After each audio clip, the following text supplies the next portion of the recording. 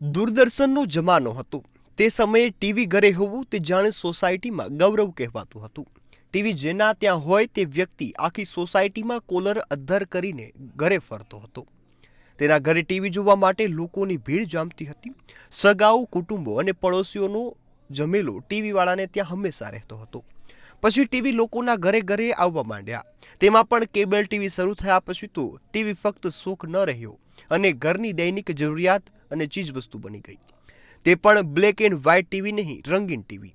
આજે કરોડો લોકોએ ટીવીમાં દૂરદર્શનથી કેબલ સુધી અને સેટેલાઇટ ચેનલ તરફ વળતો આખો યુગ જોયો હશે। આમ ટીવી ભારતમાં લગભગ 5 દાયકાથી માહિતી પ્રસારણ અને મનોરંજનનો નોંધપાત્ર હિસ્સો રહ્યું છે। તેમાં 24 કલાકની ચેનલો આવ્યા પછી તો જાણે કશું બાકી જ રહ્યું નથી। કેટલાક સુખી ઘરોમાં તો ઘરમાં 3 ટીવી રાખવા માંડ્યા છે।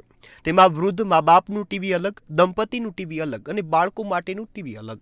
આના કારણે ટીવીનું ભારતીય મનોરંજન જગત પર દાયકાઓથી એક ચક્રી શાસન રહ્યું હતું। આના પગલે ડાયરેક્ટ ટુ હોમ ચેનલને પણ વેગ મળ્યો હતો।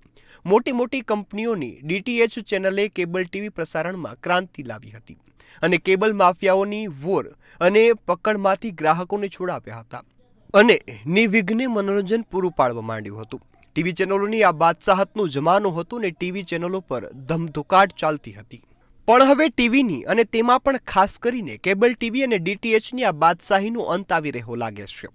છેલ્લા 6 વર્ષમાં કમસે કમ 4 કરોડ લોકોએ ડીટીએચને તિલાંજલિ આપી છે।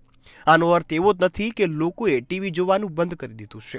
લોકો ટીવી તો જોઈ રહ્યા છે, પરંતુ તે સ્ક્રીન કેબલ કે ડીશ ટીવી નહીં, પરંતુ ઇન્ટરનેટ કે ફ્રી ટુ એર વિકલ્પો વડે આ ટીવી જોઈ રહ્યા છે। કેન્ડર મીડિયા રિપોર્ટ 2025 મુજબ માર્ચ 2025માં ટીવી જોનારની સંખ્યા 70 કરોડ હતી, જે સપ્ટેમ્બર આવતા સુધીમાં ઘટીને 68.9 કરોડ રહી ગઈ છે। અહીં સૌથી ચોંકાવનારી વાત એ છે કે દેશમાં 31.3 કરોડ લોકો ફક્ત ડિજિટલ વ્યુઅર જ છે। આ ટીવી ઉદ્યોગ માટે સૌથી મોટો આંચકો છે। આ લોકો ઇન્ટરનેટ તો જુએ છે, પરંતુ ટીવી પર આવતી ચેનલો તે જરા પણ જોતા નથી। તેમાં પણ રસપ્રદ વાત એ છે કે દર 4માંથી દર 3 પ્રેક્ષક ગ્રામીણ વિસ્તારમાં છે। એક સમય હતો કે જ્યારે આ ગ્રામીણ વિસ્તારમાં ટીવીનો મજબૂત ગઢ માનવામાં આવતો હતો। આજે પણ ગ્રામીણ વિસ્તારમાં ટીવીના ગઢમાં ડિજિટલ મીડિયાએ ગાબડું પાડ્યું છે। આ અંગે ઉદ્યોગના નિષ્ણાતોનું કહેવું છે કે આ પરિવર્તનના 2 કારણ છે। દેશના અમીર અને શહેરી કુટુંબો ઓટીટી પ્લેટફોર્મ તરફ આગળ વધી રહ્યા છે। બીજી બાજુએ બજેટ ફ્રેન્ડલી માધ્યમ અને નિમ્ન આવક વર્ગના લોકો મોંઘા કેબલ બિલથી બચવા માટે ડીડીની ફ્રી ડીશની મદદ લઈ રહ્યા છે। ત્યારે ક્રિસલ રેટિંગ મુજબ 2019માં ખાનગી ડીટીજી ઓપરેટરોના ગ્રાહકોની સંખ્યા 7.2 કરોડ હતી, જે હવે 2026 સુધીમાં ઘટીને 5 કરોડ થવા જઈ રહી છે। આ ઉપરાંત 2024નું વર્ષ ભારતીય મીડિયા ઇતિહાસમાં સૌથી મોટું પરિવર્તન લઈને આવ્યું। અહીં પહેલી વખત ડિજિટલ મીડિયામાંથી થતી કમાણીએ ટીવીને પાછળ છોડી દીધી। બ્રાન્ડ્સ બધી હવે પોતાના રૂપિયા તે પ્લેટફોર્મ પર લગાવી રહી છે કે જ્યાં તેમને ખબર પડે કે કેટલા લોકોએ તેમની જાહેરાત જોઈ અને કેટલા લોકોએ સામાન ખરીદ્યો। તેની સામે પરંપરાગત ટીવીમાં આ માપ કાઢવું મુશ્કેલ છે। તેથી ઈ કોમર્સ અને કનેક્ટેડ ટીવી જાહેરાતમાં ખાસો ઉછાળો આવ્યો છે। કેબલ ટીવી અને ડીટીએચ સેક્ટરમાં આવેલી આ સુસ્તીની અસર સીધી આ સેક્ટરના રોજગાર પર પડી છે। 2018થી 2025 વચ્ચે કેબલ ટીવી અને ડીટીએચ સાથે જોડાયેલા લગભગ 5 થી 6 લાખ નોકરીઓ ખતમ થઈ ગઈ છે।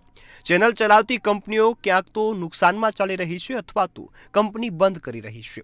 ત્યારે જીઓ સ્ટારે માર્ચ 2025માં નુકસાનના કારણે કોમેડી સેન્ટ્રલ અને એમટીવી બીટ્સ જેવી 11 ચેનલ બંધ કરી દીધી હતી। વર્તમાન સ્થિતિએ લઈ નિષ્ણાતોનું કહેવું છે કે ટીવીનો દબદબો કંઈ સંપૂર્ણ ખતમ તો નથી થયો, પરંતુ પહેલા જેવો દબદબો હતો તેવો દબદબો પણ રહ્યો નથી। ટીવી પહેલા જેવી બાદશાહત ભોગવતું હતું તેવી બાદશાહત હવે તેની સંભાવના ઘણી ઓછી છે। આમ છતાં અહીં તે વાત નોંધવી જરૂરી છે કે પ્રાદેશિક ટીવી ચેનલો પર આ બધાની ખાસ અસર પડી નથી। તેનું કારણ એ છે કે તેની સાંસ્કૃતિક જડ ઘણી ઊંડી છે।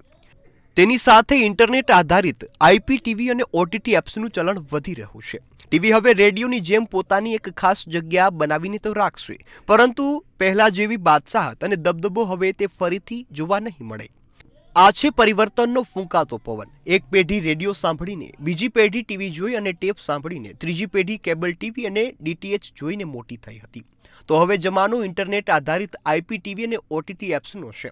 હવે 5G તેમજ આગામી 6Gમાં ઉછરનારી નવી પેઢી મોબાઈલમાં જ બધું જોઈ લેશે તેમ માનવામાં આવે છે. મોબાઈલ જ તેમનું રિમોટ બની જાય તો આશ્ચર્ય નહીં થાય.